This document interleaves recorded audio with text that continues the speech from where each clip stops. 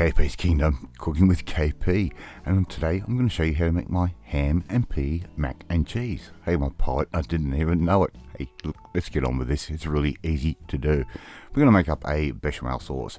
So we're going to add in a little bit of butter into there. We're going to add about 20 grams worth. They can go straight in, and we're going to put that on a medium heat on a saucepan. We're going to wait for that to melt down, and I'm going to add in around about a third of a cup's worth of flour. You can use a plain or self-raising, it doesn't matter. Right, and what we're going to do, we're going to absorb all of that butter that we've just put in and melted, and I think it needs just a little tad more butter, just the way it felt. Now we're going to cook that flour out. We don't want a floury tasting sauce. We want it nice and cheesy and creamy, and that is exactly what we're going to do. So just keep mixing that through, and like that, and we're going to add in a little bit of milk. Now the way to make a good bechamel sauce is you put a little bit of milk in, stir it through, it'll absorb. We add a little bit more milk, it will absorb again, and we're just going to continue going until we end up with a nice smooth sauce. Now it does not always work out that way, but don't worry, I'm going to show you another little hack just to make sure you end up with the most beautiful smooth sauce. Alright, here I've got a good tablespoon's worth of Dijon mustard. I put that in, and it's not going to blow your head off being a Dijon mustard. It is nice and smooth and just gives it another level of flavour. So mix all of that through just like we're doing right there. Now I'm also going to add in a little bit of white and a little bit of black pepper, just like that. I'm not going to add any salt in at the moment. I'm going to wait until we get all the way up to ready to pour, and we'll check for salt then. I'm going to add in 300 milliliters of cream. I've just bought that from the supermarket. Add that in. Now I've changed over to my whisk. My stirring today was not on point, so the whisk is going to help break up any lumps of flour in that. We can add in another 300 milliliters of our cream straight in like that. You can use a cooking cream or just your basic thickened cream that you find on the shelf in the refrigerator at the supermarket. Okay, I'm going to add in a little bit of basil paste, around about half a tablespoon's worth, and that's just going to give it a nice herby zing to this little sauce that we're doing. Here I've got around about quarter to a third of a cup's worth of pecorino cheese. You can use parmesan if you'd like, it doesn't matter which way you want to go.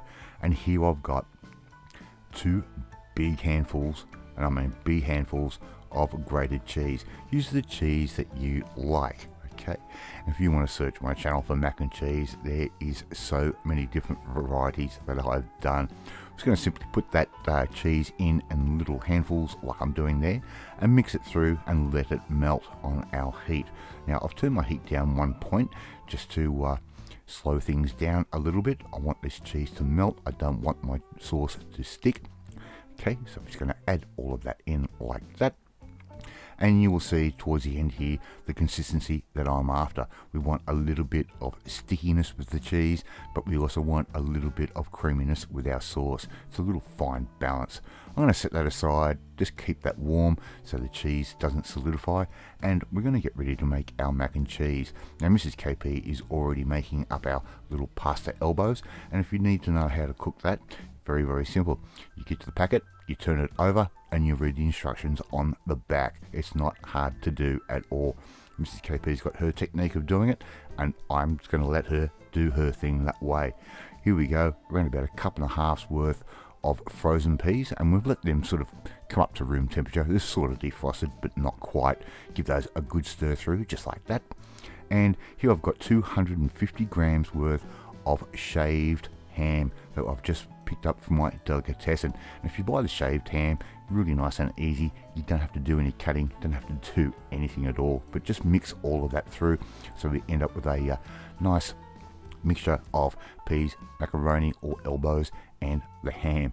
Really nice and easy to do. Oven's already sitting at 180 degrees Celsius.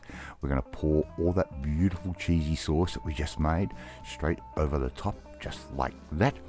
Okay, and if you haven't made your own mac and cheese before and you're buying that packet stuff, well, I don't know why this is so easy and quick to do. Okay, I'm going to give that a little bit of a stir through so we can make sure we get that sauce all incorporated with all those ingredients. Right, nice and simple. Now, I like a really crunchy top onto my mac and cheese, so I'm going to add one last ingredient before we pop him in the oven. Alright, so I'm going to do that, and here I've got just some dried breadcrumbs, just the packet stuff that can just get sprinkled all over the top in a nice even layer.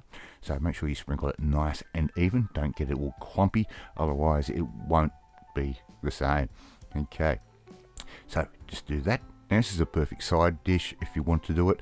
We actually serve this one up as a main meal because we had all the ingredients that is good for the body. We had vegetables, we had protein, we had dairy, and of course we also had some carbs with the pasta. That's going to go into the oven around about 30 to 40 minutes, and when it comes out and it looks like that, you are done, and all you need to do is serve that up. Now, this for 2 people was enough for 3 days, okay, including a couple of lunches in between, and it is quite filling. Alright, but then again, I'd like to see you try and make this one at home. Very nice and easy to do. Tastes amazing and nice and smoky with that ham. Alright, thank you so much for watching this video. Really do appreciate it. If you like this video, hit that like button. Gives me confidence. Should make you feel warm and fuzzy too. Okay, share this video with all your friends on all platforms of social media. We're trying to get the name of KP's Kingdom out there. Hit that like button whether you like it or not. Okay, we need the likes to help the algorithm along just a little bit more. We're trying to get to our next level of subscribers. Hit that notifications bell, you'll be notified every time a new video goes up. More importantly, you want to learn how to make something pretty budget, quick and easy that will last a while or feed a absolute army of a family. We need to come and join the family, my family. Hit that subscribe button, you'll never miss another one of my videos again. Alright, off to eat my ham and pea mac and cheese, rhyming again, and I will catch you next time. Bye!